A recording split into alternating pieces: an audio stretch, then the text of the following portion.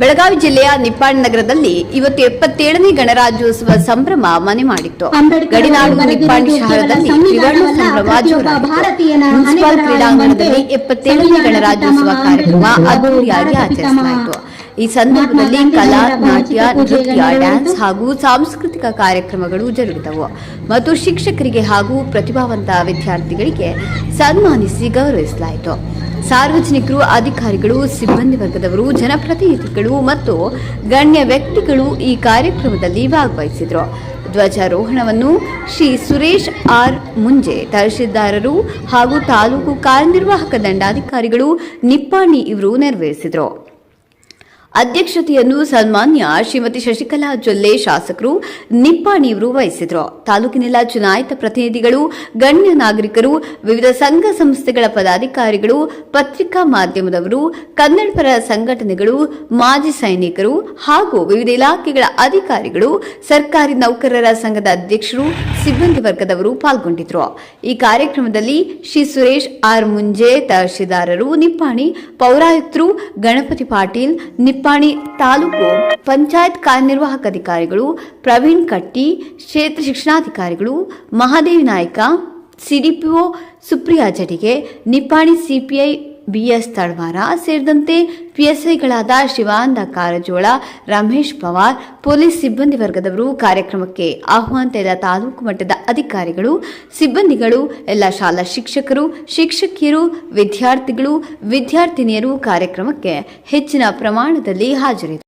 ಪಂಚಾಯತ್ನ ಕಾರ್ಯನಿರ್ವಾಹಕ ಅಧಿಕಾರಿಯಾಗಿರತಕ್ಕಂಥ ಹಿರಿಯರು ಆಗಿರತಕ್ಕಂಥ ಶ್ರೀ ಪ್ರವೀಣ್ ಕಟ್ಟಿ ಸರ್ ಅವರೇ, ನಿಪ್ಪಾಣಿ ಪುರಸಭೆಯ ಪೌರಾಯುಕ್ತರು ಆತ್ಮೀಯ ಸ್ನೇಹಿತರಾಗಿರತಕ್ಕಂಥ ಗಣಪತಿ ಪಾಟೀಲ್ ಅವರೇ, ನಿಪ್ಪಾಣಿ ತಾಲೂಕಿನಲ್ಲಿ ಕಾನೂನು ಸುವ್ಯವಸ್ಥೆಯ ಜವಾಬ್ದಾರಿಯನ್ನು ಹೊತ್ತು ಕ್ರಿಯಾಶೀಲ ಪೊಲೀಸ್ ಅಧಿಕಾರಿಯಾಗಿರತಕ್ಕಂಥ ಬಸವರಾಜ್ ತಳವಾರ್ ಅವರೇ, ನಿಪ್ಪಾಣಿಯಲ್ಲಿ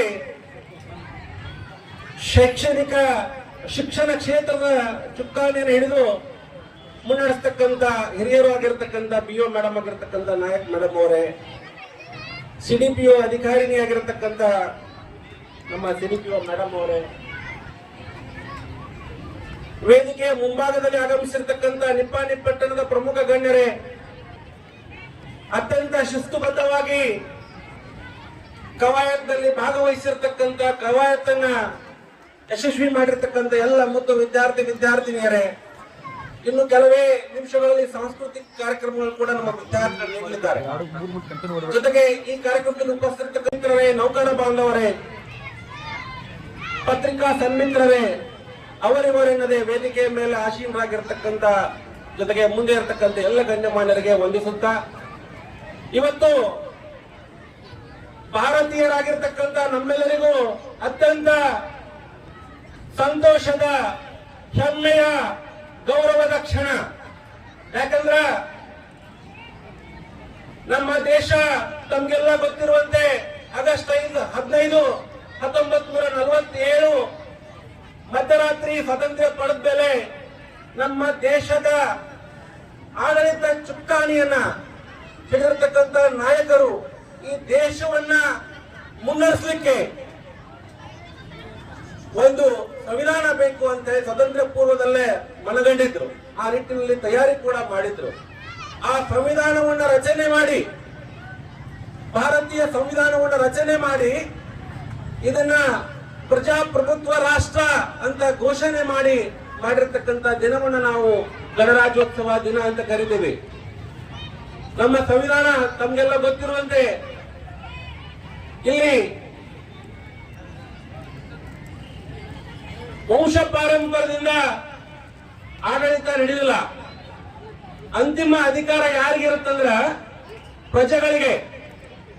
ಇಲ್ಲಿ ಯಾರು ಬೇಕಾದ್ರೂ ಪ್ರಭುಗಳಾಗ್ತಕ್ಕಂಥ ಅವಕಾಶ ಆಗಿನ ನಮ್ಮ ಎಲ್ಲ ಮಹಾನ್ ನಾಯಕರು ನಮ್ಗೆಲ್ಲ ಒದಗಿಸಿಕೊಟ್ಟಾರ. ಅದಕ್ಕಾಗಿ ನಾವು ತಮ್ಗೆಲ್ಲ ಗೊತ್ತದ, ಅಬ್ರಹಾಂ ಲಿಂಕನ್ ಅವರು ಪ್ರಜೆಗಳಿಗಾಗಿ ಪ್ರಜೆಗಳಿಗೋಸ್ಕರ ಇರತಕ್ಕಂಥ ಸರ್ಕಾರ ಪ್ರಜಾಪ್ರಭುತ್ವ ಅಂತ ಕರೀತೀವಿ. ಹಂಗಂದ್ರ ಈ ಸಂವಿಧಾನ ಅಂತಕ್ಕಂಥದ್ದು ಏಕಾಏಕಿ ರಚನೆ ಆಯ್ತೇನು, ಇದರ ಹಿನ್ನೆಲೆ ಏನು, ಪ್ರಜಾಪ್ರಭುತ್ವ ಅಂದ್ರೆ ಏನು, ಇದು ಕೂಡ ಏಕಕಾಲಕ್ಕೆ ನಮ್ಮ ರಾಷ್ಟ್ರ ನಾಯಕರ ತಲೆಯಲ್ಲಿ ಬಂದ ಅಂತ ಹೇಳಿ ಒಂದ್ಸರಿ ಯೋಚನೆ ಮಾಡಬೇಕು. ಆದ್ಮೇಲೆ ನಾವು ಭಾರತೀಯರು ಈ ಪ್ರಜಾಪ್ರಭುತ್ವ ಅಂತಕ್ಕಂಥದ್ದು ವೇದಗಳ ಕಾಲದಿಂದಲೇ ನಮ್ಮಲ್ಲಿ ನಮ್ಮ ಭಾರತೀಯ ಸಂಸ್ಕೃತಿಯ ಭಾಗವಾಗಿನ ಪ್ರಜಾಪ್ರಭುತ್ವ ಬೆಳೆದು ಬಂದದನ್ನ ಕಾಣ್ತೇವೆ ನಾವು. 12ನೇ ಶತಮಾನದಲ್ಲಿ ಅಣ್ಣ ಬಸವಣ್ಣನವರು ಏನು ಅನುಭವ ಮಂಟಪ ಇತ್ತಲ್ಲ, ಅದು ಜಗತ್ತಿನ ಮೊದಲ ಪ್ರಜಾಪ್ರಭುತ್ವ ಅಂತ ಹೇಳಿ ನಾವು ಹೇಳಲಿಕ್ಕೆ ಇಷ್ಟಪಡ್ತೇವೆ. ಆಗ ಎಲ್ಲರಿಗೂ ಸಮಾನ ಅವಕಾಶ, ಪ್ರಜಾಪ್ರಭುತ್ವ ಅಂದ್ರೆ ಸಮಾನ ಅವಕಾಶ ಎಲ್ಲರಿಗೂ, ಸಾಮಾಜಿಕ ನ್ಯಾಯ, ಭಾತೃತ್ವ, ಈ ಎಲ್ಲ ತತ್ವಗಳು ನಮ್ಮ ಮೂಲದಲ್ಲೇ ನಮ್ಮಲ್ಲಿ ಬಂದಿರತಕ್ಕಂಥದ್ದು. ಮಧ್ಯದಲ್ಲಿ 12ನೇ ಶತಮಾನ ನಂತರ ಪರಕೀಯರ ದಾಳಿಯಿಂದ, ಪರಕೀಯರ ಒಂದು ಅತಿಕ್ರಮಣದಿಂದ ಬೇರೆ ಬೇರೆಯವರು ನಮ್ಮನ್ನು ಆಳಿದ್ದಕ್ಕಾಗಿ ನಾವು ಪರಕೀಯರ ಅಧೀನದಲ್ಲಿ ಕಾರ್ಯನಿರ್ವಹಿಸಿದ್ವಿ, ಗುಲಾಮರಾಗಿ ನಾವು ಕೆಲಸ ಮಾಡತಕ್ಕಂತ ಅನಿವಾರ್ಯತೆ ಬಂದಿತ್ತು.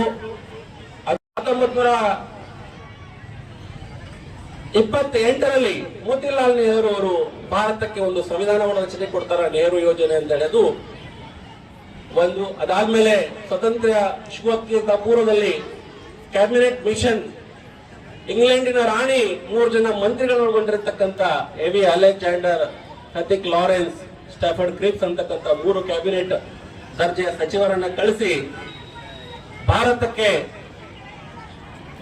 ಮಹಾಯುದ್ಧದ 2ನೇ ಮಹಾಯುದ್ಧದ ನಂತರ ನಾವು ಸ್ವತಂತ್ರವನ್ನು ಕೊಡ್ತಾ ಇದ್ದೀವಿ, ಸ್ವತಂತ್ರ ಕೊಡ್ಬೇಕಾದ್ರೆ ಏನೆಲ್ಲ ಸಿದ್ಧತೆಗಳನ್ನು ಮಾಡ್ಕೋಬೇಕು ಅಂತ ಹೇಳಿ ನೋಡ್ಕೊಂಡು ಬರುತ್ತೆ. ಯಾವ ಕ್ಯಾಬಿನೆಟ್ ಮಿಷನ್ ನ ಕಳಿಸ್ತಾರ, ಕ್ಯಾಬಿನೆಟ್ ಮಿಷನ್ ಕೂಡ ಒತ್ತಿ ಹೇಳುತ್ತಾ ಭಾರತಕ್ಕೆ ತನ್ನದೇ ಆಗಿರತಕ್ಕಂಥ ಸಂವಿಧಾನ ಬೇಕಂತೇಳಿ.